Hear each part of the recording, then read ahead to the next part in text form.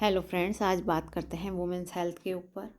हम लेडीज़ का शरीर इमोशन पर डिपेंड करता है और इमोशन से ही हमारे हार्मोन्स वर्क करते हैं। अगर हम खुश हैं तो खुशी वाले हार्मोन्स और दुखी हैं तो दुखी वाले हार्मोन्स। तो पूरा शरीर का जो बैलेंस है वो हार्मोन्स पर टिका है और हार्मोन्स हमारे इमोशंस पर टिके हुए हैं। तो हमारे मूड स्विंग्स होते हैं पीरियड्स के दौरान, है ना। तो ऐसी स्टेज हमारे शरीर में होती है कि हर बार हमारे हार्मोनल चेंजेस आते रहते हैं पीरियड्स के दौरान। डिप्रेशन, एंजाइटी, चिड़चिड़ापन ऐसा होता है ना। और ड्यूरिंग प्रेगनेंसी होता है, प्री मोनोपॉज, ड्यूरिंग मोनोपॉज और आफ्टर मोनोपॉज। ये ऐसे 5 स्टेज है जहाँ पर हार्मोनल चेंजेस हमारे आते हैं और हमें कुछ ना कुछ परेशानियाँ भी आती हैं, जैसे कि भूख लगती है, नहीं लगती है। अब जैसे पोस्ट मेनोपॉज में कभी या तो वेट बढ़ जाता है या नहीं बढ़ता है, थकावट बनी रहती है शरीर में। तो ये सब चीज़ें हमारे आती हैं लेडीज़ में। लेडीज़ पे ज़्यादा बर्डन होता है बजाय जेंट्स के, है ना। वो संभाल पाती हैं सारे घर को संभालना। और सबसे ज़्यादा बुरी आदतें हमारे अंदर क्या होती है, सबसे पहले हम जागेंगे और सबसे बाद में हम सोएंगे।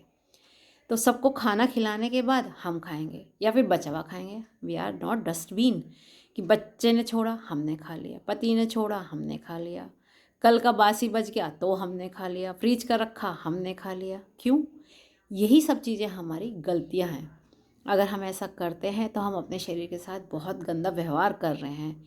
ये शरीर ही है, अगर हम स्वस्थ हैं तो हमारा आगे परिवार भी स्वस्थ होगा, हम उनकी अच्छे से देखभाल कर पाएंगे।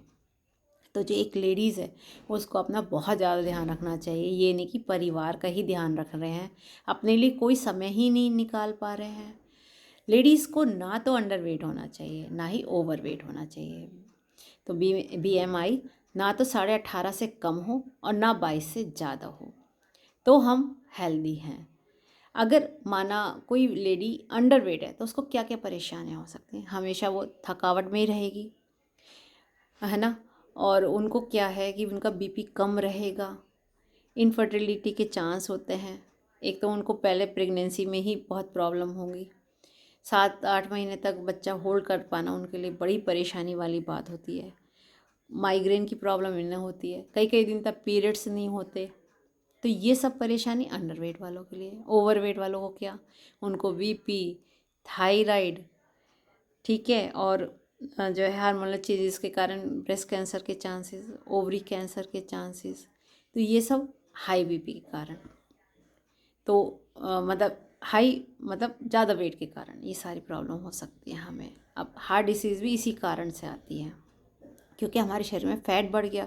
जब भी फैट बढ़ता है तो हमारे अंदर के जो ऑर्गन्स होते हैं वो उस फैट के कारण दबने लगते हैं। उस दबाव के कारण जो है हमारे कई कई जगह परेशानी होती है, जहाँ जहाँ हमारा खून गाढ़ा होने लगता है। तो खैर ये सब बातें तो अलग हैं, बट हमें अपना ध्यान रखना चाहिए, झूठा नहीं खाना चाहिए। अब according to WHO 830 ladies daily मरती हैं। किस कारण से? कि वो अपना ध्यान ही नहीं रख रही हैं। अब लेडीज़ एक तो बहुत अच्छी उनमें बात होती है स्ट्रेस लेने की, है ना। ज़रा बच्चा देर से आया स्कूल से तो स्ट्रेस, पति ऑफिस में लेट हो गया तो स्ट्रेस, खाने में ज़्यादा नमक हो गया तो स्ट्रेस। तो हमें अपना स्ट्रेस लेवल मैनेज करना पड़ेगा। फिज़िकली तो मैंने आपको बताया है कि बासी खाना खा लेते हैं, अपना ध्यान नहीं रखने।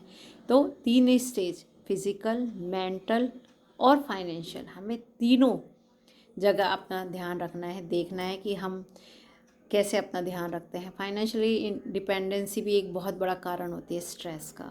तो हमें इन सबको मैनेज करना है, ठीक है। और अच्छी डाइट लें, अच्छा खाएं, तभी कुछ होगा हमारा, ठीक है।